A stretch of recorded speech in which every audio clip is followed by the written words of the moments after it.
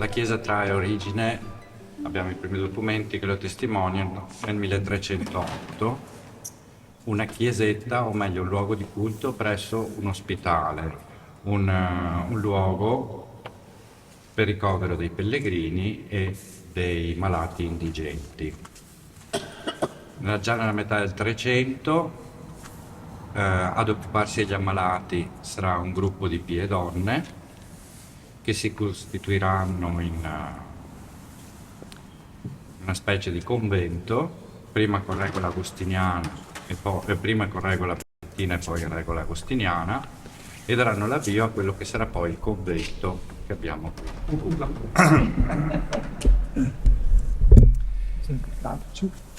Il luogo di culto si amplia, l'ultimo ampliamento è quello della metà del 400 e sostanzialmente la chiesa rimane invariata fino al 700, che è quella che ammiriamo adesso. Tra le confraternite che aderiscono a questa chiesa, che assume importanza per Bassano, perché la pieve di Santa Maria in Colle, anche se è la sede parrocchiale, in realtà ai bassanesi non è simpatica, tant'è che verrà trasferito qui addirittura il fonte battesimale, quindi di fatto questa è la sede della parrocchia. La chiesa quindi è molto frequentata, officiata, è ricca di altari ai quali si rifanno le varie confraternite per professione o per devozione. Tra le più importanti la confraternita del Santissimo Sacramento. Il culto del Santissimo Sacramento trova particolare sviluppo dalla fine del XIII secolo, dopo il miracolo di Bolsena. Urbano IV istituisce la festa solenne del Santissimo Sacramento, la festa del Corpus Domini. Vedremo poi da vicino quali sono i richiami poi anche rispetto all'officiatura che viene commissionata dal Papa a San Tommaso d'Aquino, e tutti i richiami poi li ritroviamo nella cappella rispetto agli inni che ci sono. Sono stati questa cosa è il microfono mi ha messo un po' in soggezione. L'aspetto della chiesa rimane alla confraternita, gode di parecchi iscritti, soprattutto nel 500 saranno 400 gli iscritti, notabili bassanesi, tra i quali spicca Jacopo da Ponte, ma lo stesso anche nel 6 e 700 uno degli iscritti è Orazio Marinali, al quale verranno commissionate parecchie opere proprio per questa cappella. Questa cappella che si decide di riedificare a maggiore gloria di Dio a partire dal 1711.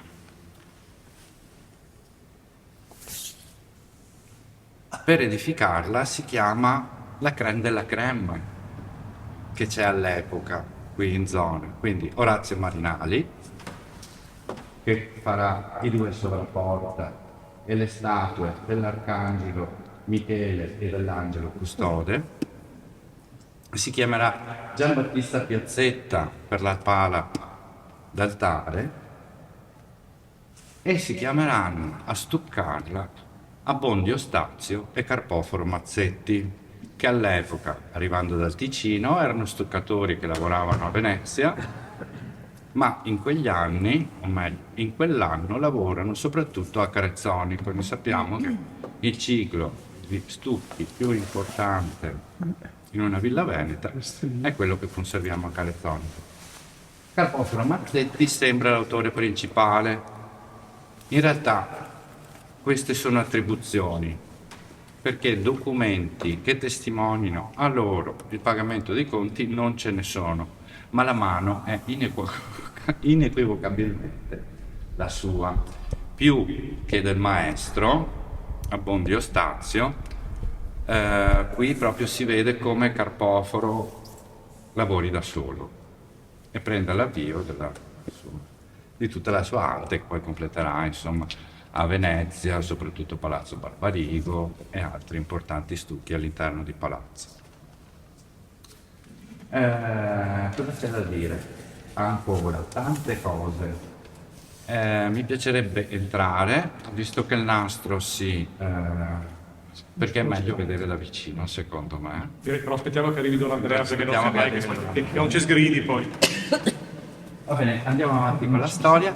Allora, gli stucchi sovrapporta sono completati già attorno al 1715, quindi nel 1900, dal 711 si decide, poi nel giro di 2 anni si realizza la cappella, per la quale probabilmente si sfonda la vecchia abside.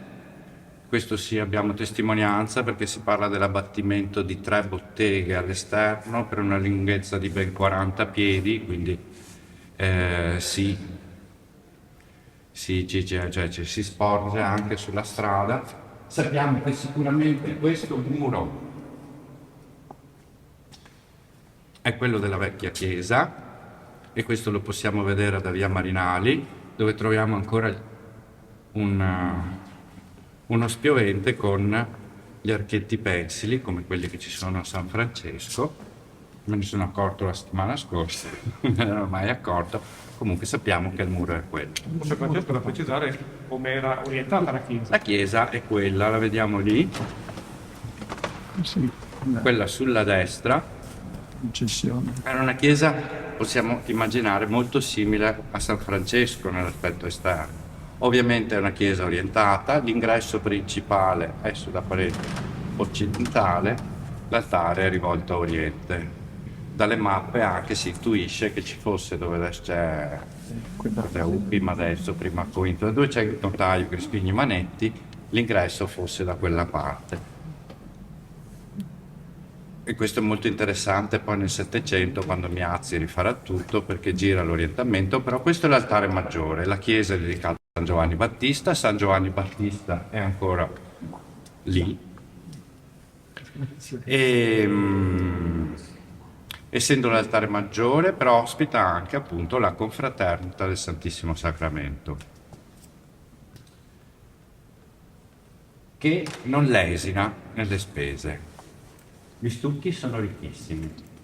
L'ultimo restauro ha evidenziato come questi stucchi non siano di gesso, ma siano in malta di calce. Il sottofondo potente, a coccio pesto, a strati via via più sottili, fino a definire l'ultimo strato in cui la calce è anche ricca di polvere di marmo.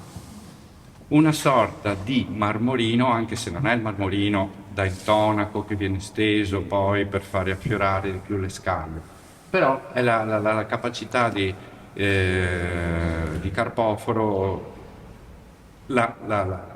questa tecnica la assume dallo Stazio, probabilmente anche con un po', anzi sicuramente dall'indagine hanno trovato che c'è anche del gesso, ma in minime parti. Durante la presentazione della conferenza hanno detto che il gesso rallentava i tempi di presa. A me risulta che sia il contrario e avrebbe più senso, perché guardate di quanto sporgono e quindi bisogna sì fare in fretta, però c'è tanto peso da sostenere. Il restauro sostanzialmente è stata una pulitura, ma soprattutto si è andata a riparare quello che era successo. Dall'89 non erano più stati fatti interventi. Purtroppo una linea di Goronda si era ostruito, il vano accessorio ha la falda che termina proprio a livello dell'imposta del tamburo, per cui un accumulo di acqua, un'infiltrazione continua ogni volta che pioveva e poi il percolamento hanno rovinato tutta, e dopo andiamo a vederlo, la base della cupola dove si imposta. Non sono stati ripristinati, hanno scelto di lasciarli così, di ricostruire solo un toro senza ricostruirli. Nello stesso tempo hanno provveduto a ripulire tutto. Dall'89 non erano passati molti anni, quindi non c'era un grande accumulo di polvere, soprattutto non di fuligine, come invece era successo per il restauro precedente, dopo 2 anni di funzioni, dopo 200 anni di funzioni era ovvio che fossero anneriti. La cosa interessante è che hanno ripristinato questo sia marmorino le due pareti laterali, che prima, se le vi ricordate, erano bianco-grigie. Hanno ripristinato questo bellissimo apparato a simulare l'alabastro, questo sia marmorino, probabilmente sempre della mano delle imprese di Carpoforo e Abbondio Stazio. Sullo strato di fondo, dietro al drappo, invece, quel grigio lì rimane, non è stato indagato. Dubito fosse così omogeneo e grigio, visto quello che ci sta davanti, però almeno non è stato toccato, quindi niente è stato tolto. Francesco, prima di proseguire e poi anche di entrare, hai giustamente fatto notare la ricchezza di questo apparato, ma sicuramente la sola confraternita del Santissimo Sacramento non avrebbe avuto i fondi per farlo. Ci arriviamo. In quegli anni Massaro della confraternita è Francesco Remondini. Ah, ecco. Il Massaro è uno dei maggiorenti della confraternita. Non è il presidente, che ha un titolo un po' più onorifico, è, diciamo, il governatore della confraternita. Non è finita però, la cappella viene completata, non è completata, sono completati i sovrapporti e le due statue degli angeli. Poi i lavori si fermano. Sappiamo che attorno al 1730 un altare di questa cappella viene venduto a Venezia, quindi non era questo l'altare. L'altare probabilmente è del 30-35. Orazio Marinali muore nel 20, quindi probabilmente è su un disegno di Marinali o uno molto simile. Qua dietro, poi, se volete, andiamo a vederlo, c'è l'ingrandimento di un disegno che abbiamo in museo, dove c'è un altare, ipotizziamo, per questa cappella, perché le due statue degli angeli sono le stesse, ma l'altare è diverso. Probabilmente lo fa il genero di Marinali, Giacomo Cassetti, che aveva sposato la moglie, che eredita insieme al cognato la bottega di Orazio. E andiamo a vederlo. Aspettiamo ancora che non arrivi. Santissimo Sacramento è il grande assente. Non c'è niente del Santissimo Sacramento. Tutto però parla di lui. È il grande assente perché il Santissimo Sacramento viene esposto ed adorato. E tutto parla di lui. Sulle sovrapporte abbiamo di là Mosè che fa scaturire l'acqua dalla roccia, di qua Elia che viene confortato dall'angelo. Sono rimandi che vanno tutti a incrociarsi col resto dell'apparato. Finché siamo qua possiamo vedere l'altare e troviamo le due statuette all'interno dell'altare. A destra abbiamo la speranza, a sinistra abbiamo la fede. La terza virtù che manca la troviamo in alto. Il cuore di Gesù è la carità. In questo triangolo si colloca il Santissimo Sacramento. Altra cosa, vedete, sopra l'arco, sopra il sommitale del Nicolo, abbiamo il Padre Eterno, sotto di lui lo Spirito Santo, chi manca? Il Figlio. Non c'è bisogno di rappresentare il Figlio perché c'è il Santissimo Sacramento. Il Santissimo Sacramento è corpo vero di Gesù. Non c'è bisogno di rappresentarlo. Quando si espone, la Trinità è rappresentata. Perché così tanti angeli? Ci sono solo angeli. Io ne ho contati 71. 71 ne ho contati, tra quelli dei sovrapporta, quelli di solo testine, quelli che emergono solo con le gambe. Io ne ho contati 71, ma ce n'è 71. Sono tantissimi. Perché gli angeli? Perché gli angeli stanno presso il trono di Dio. Quando è esposto al Santissimo Sacramento, gli angeli stanno presso Dio.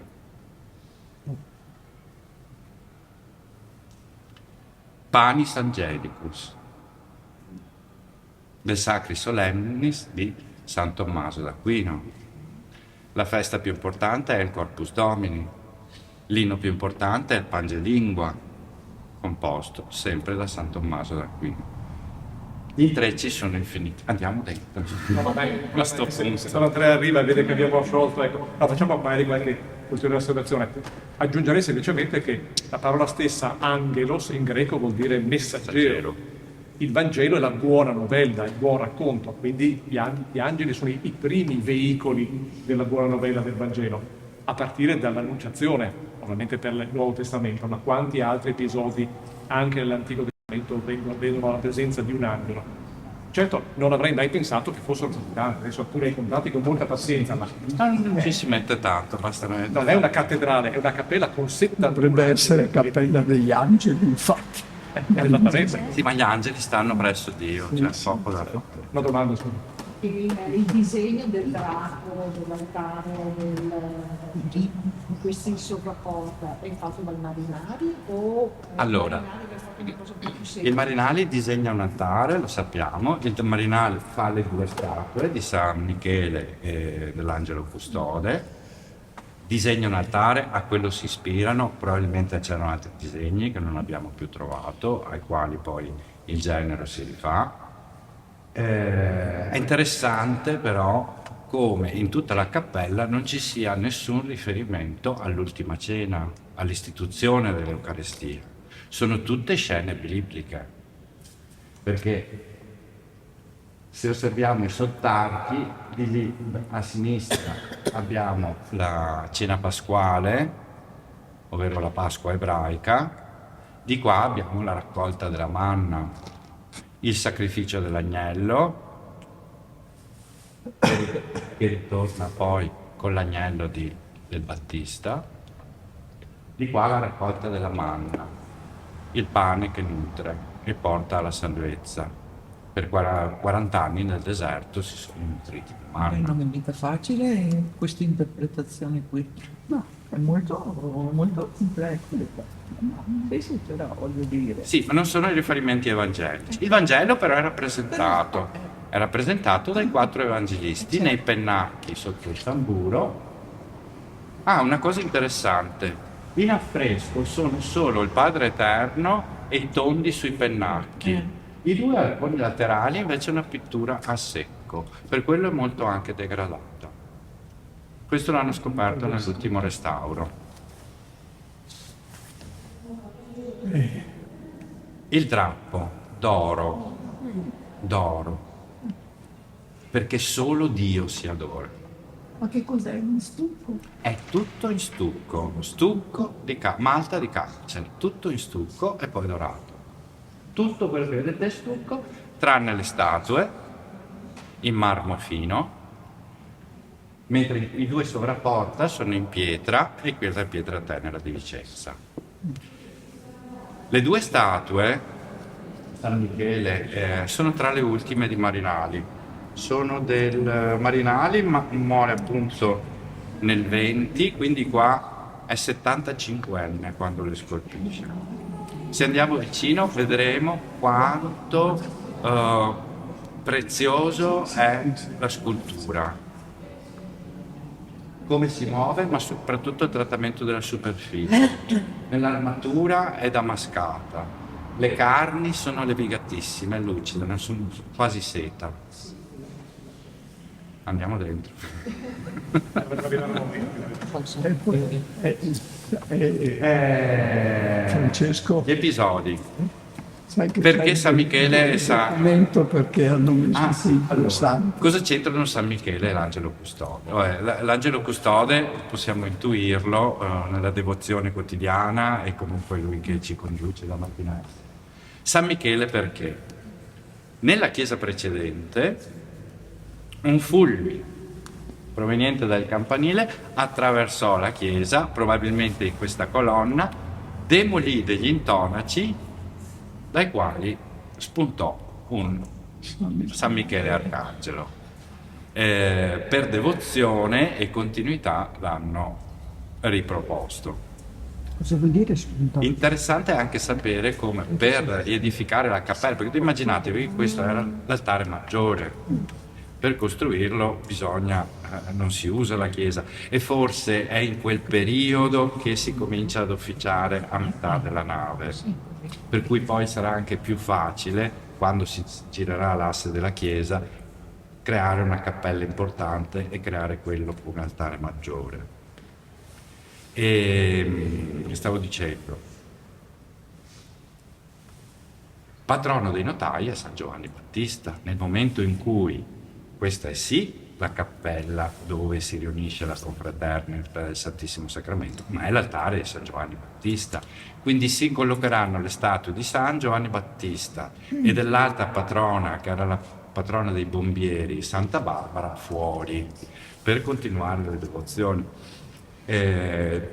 Sono queste le informazioni che noi abbiamo, tutto quello che succede a Latere.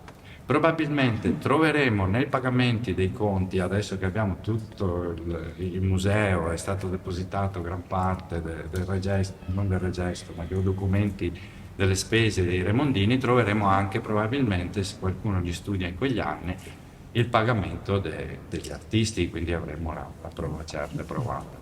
Tutto quello che vi ho detto è basato sul regesto che compilò all'epoca del restauro Livia Alberton Blinco d'Assenso, che mi piace ricordare anche oggi, perché sì, andremo a fare il giro delle opere da Pontiane, però è stato fondamentale tutto il suo studio che ha fatto presso l'archivio parrocchiale, dove ha ripercorso tutte le vicende della confraternita, che hanno permesso di attribuire appunto a Carpoforo e poi anche a Adriano Mariuz di collocare la pala del Piazzetta come nel secondo e ultimo periodo di Piazzetta, perché si era sempre pensato che fosse, essendo la cappella del 1715, facciamola stretta, opera più giovanile, e invece no. Adriano ha detto, in base a quello che dice la Livia, e andando così le cose, scoprendo che c'è anche la vendita di un altare, quindi nessuno pensa che sia stato fatto un altare nuovo, poi sia stato venduto e ricostruito un altro altare. Mancava ancora l'altare, ecco. Quindi difficile che Piazzetta abbia messo la sua pala su un altare vecchio. Quindi che può essere? 30-35. Significa che lo... Ah sì. Questa è una fotografia, ovviamente la vedete, l'originale ce l'abbiamo al museo, che il 19 marzo riaprirà, perché adesso il museo è chiuso per consolidamento dei solai.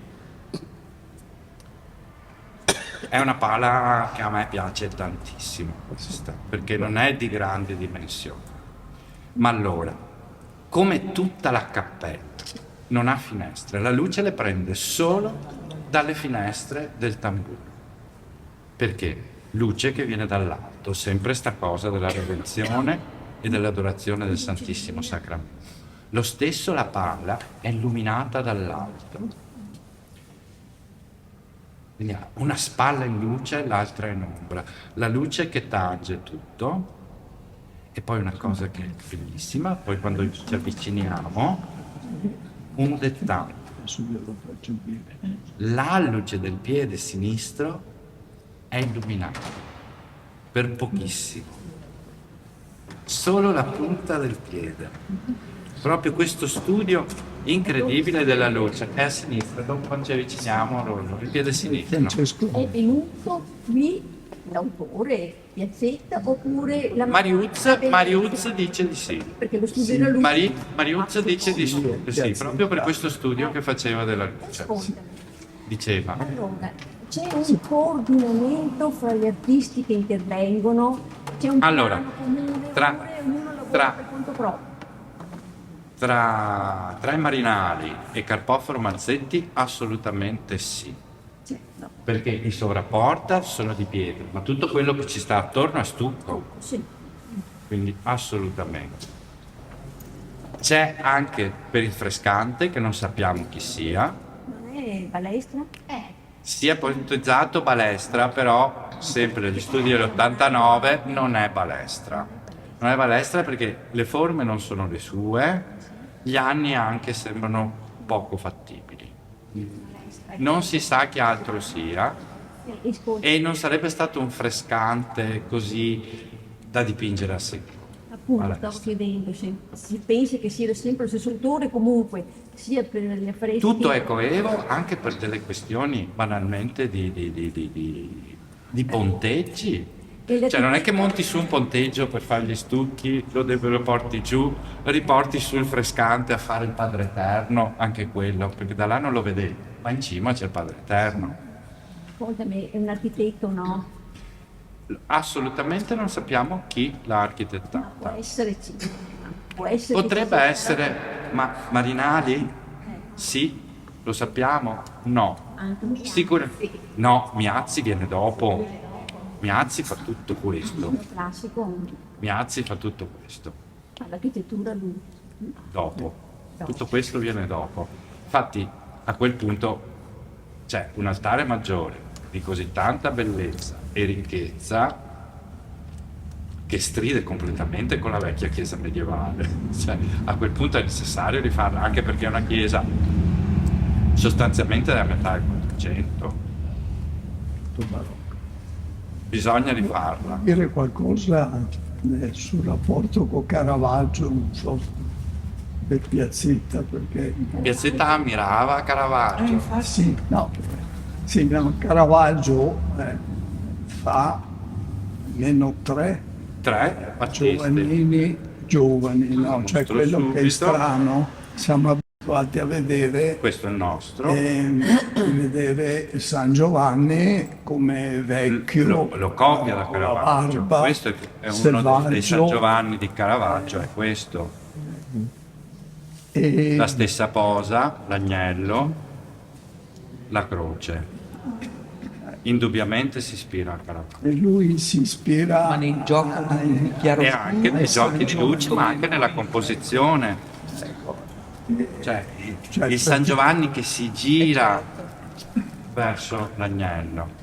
Purtroppo il sottofondo di Balestra, di Piazzetta ha mangiato gli sfondi, sono molto bruni, perché lo sappiamo dalle incisioni d'epoca, dietro si intravedeva tutto un gioco di rocce sì, e di natura retrostante. che c'è l'acqua E c'è il laghetto a cui è andato ad abbeverarsi l'agnello. ma io direi un'altra cosa, l'agnello è interessante Ecco dove l'Andrea. perché rappresenta il Cristo, ma anche perché Non pensa, lo dice proprio. Cioè, Anche c'è il perché- cartiglio che dice Ecce Agnus Dei.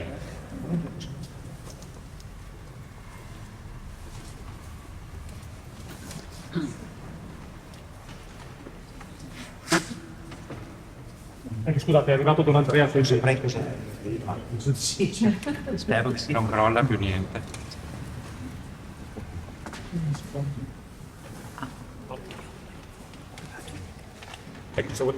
Don Andrea, se vuoi, sì, abbiamo anche la novità di il nostro amico che registra tutto e quindi anche le mie parole vengono registrate in un video che poi monteremo.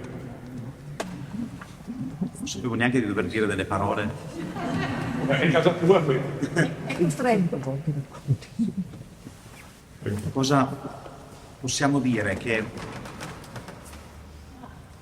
non so cosa è stato è stata fatta una lettura artistica, come dire, sì.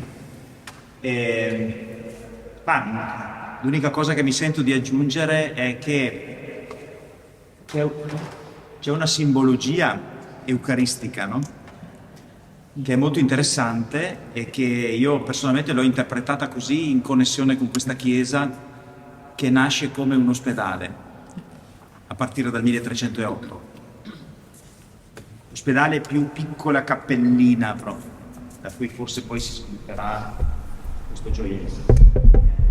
E c'è tutta una simbologia eucaristica che passa attraverso il tema della manna. C'è la caduta della manna qua, però. E poi c'è altre scene dell'Antico Testamento, l'angelo che invita il profeta Elia a rialzarsi, a camminare, no? È una scena anche quella di cibo, perché l'angelo dice a Elia: mangia questa focaccia. E Elia poi, mangiando, trova anche la forza fisica per sostenere il cammino verso il monte Oreb. Poi c'è la scena di Mosè che fa scaturire l'acqua dalla roccia. Poi c'è il tema dell'agnello di Dio, l'Agnus Dei, c'è il vertice, ma che è anche un filo conduttore di tante cose. E quindi c'è un filo conduttore legato al cibo, al mangiare. D'altronde è la cappella dell'Eucaristia, è la cappella del Santissimo Sacramento, per cui ci sta. E pensavo come questo invito a mangiare, a cibarci della manna, dell'acqua, della focaccia, che poi sono tutti simboli della parola di Dio, mangiare la parola, allo scopo poi che la nostra vita prenda una determinata forma, che è la forma proprio della parola di Dio, e quindi anche di una vita ispirata dalla giustizia e dal Vangelo. E non dimentichiamo che questo spazio nasce proprio con la necessità di riaprire un luogo di accoglienza per infirmos, peregrinos, dediles, pauperes, non mi ricordo la quinta, Indigeni. probabilmente sì, transeuntes, i viandanti, i pellegrini, cioè coloro che hanno di passaggio. Perché nel 1300 la Ca' di Dio viene sospesa perché bisogna costruire la chiesa di San Francesco, e quindi c'è la necessità di riaprire in questo spazio dove si sviluppa il nuovo borgo di Bassano un luogo di accoglienza per chi ne ha bisogno. E San Giovanni nasce come forma di ospitale, dove faranno servizio le monache che erano qui, le sorores che erano qui, faranno servizio le confraternite, specialmente quando l'ospedale sarà trasferito qui dietro al pozzo. Ecco, e quindi c'è questo collegamento, no? Tra la preghiera e il servizio, tra la vita spirituale e la carità, l'assistenza, la dedizione al bisognoso. Pensa, Don Andrea, che il nostro vicepresidente l'altro giorno in sopralluogo si è messo a contare gli angeli e ne ha contati 71. E tu me la facevi? Tu. Bene. E ne ha saltati, quindi probabilmente arriveremo a 80-90 angeli al giornetto. Mandiamone qualcuno in Medio Oriente. Senta, sì, posso fare una domanda? Sì, se sono in grado di rispondere. No. Per me è particolarmente complessa questa cappella, proprio mi incute un senso di barocchità. Di gravitas. E volevo capire se secondo lei, quando sono partiti con questa cappella, c'era già un progetto oppure è stato un lavoro venuto un po' alla volta, man mano che si procedeva? Non credo di essere in grado di rispondere a questa domanda, però mi pare che questa sia la cappella che corrisponda al progetto settecentesco, perché quello che c'era prima probabilmente, non so, però forse magari... È chiaramente un progetto unitario. È un progetto non puoi progettare degli stucchi che invadono gli architravi in questo modo, cioè non è che fai prima l'architrave, dopo aspetta, lo scaviamo, ci mettiamo ma lo proprio stucco. la tematica, parlo al di là della costruzione, la tematica è stata unica fin dall'inizio. Assolutamente, tutto. Andiamo a vedere. Noi capiamo.